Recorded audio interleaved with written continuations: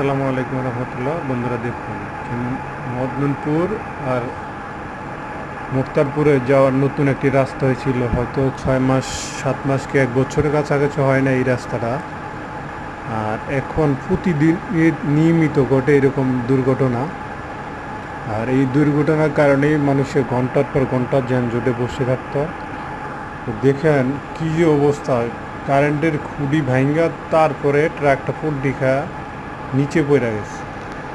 আর এমন বড় বড় গর্ত মানে সাধারণত কেউ দেখলে অবাক হয়ে যাওয়ার কথা, কিন্তু সড়ক পরিবহনের কর্তৃপক্ষ যারা আছে, সড়ক পরিবহনে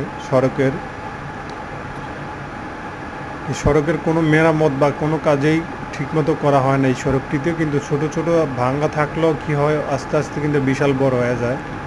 আর এই ভাঙ্গাগুলো মেরামতের কোনো ব্যবহার যোগ্য অবস্থা থাকে না। আর এই ছোট ছোট দেখুন রাস্তাটার কি ভয়ঙ্কর অবস্থা। সামনের দিকে অনেকটা রাস্তা, বিকল্প ব্যবস্থা না নিলে হয়তো অনেকটা দুর্ঘটনা প্রতিনিয়ত এরকম থাকেই।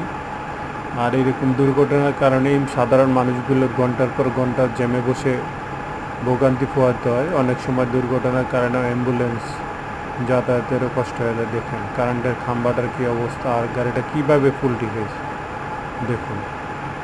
আর পাশের রাস্তাটার অবস্থা দেখেন যে কত পরিমাণে ভাঙ্গাচোরা।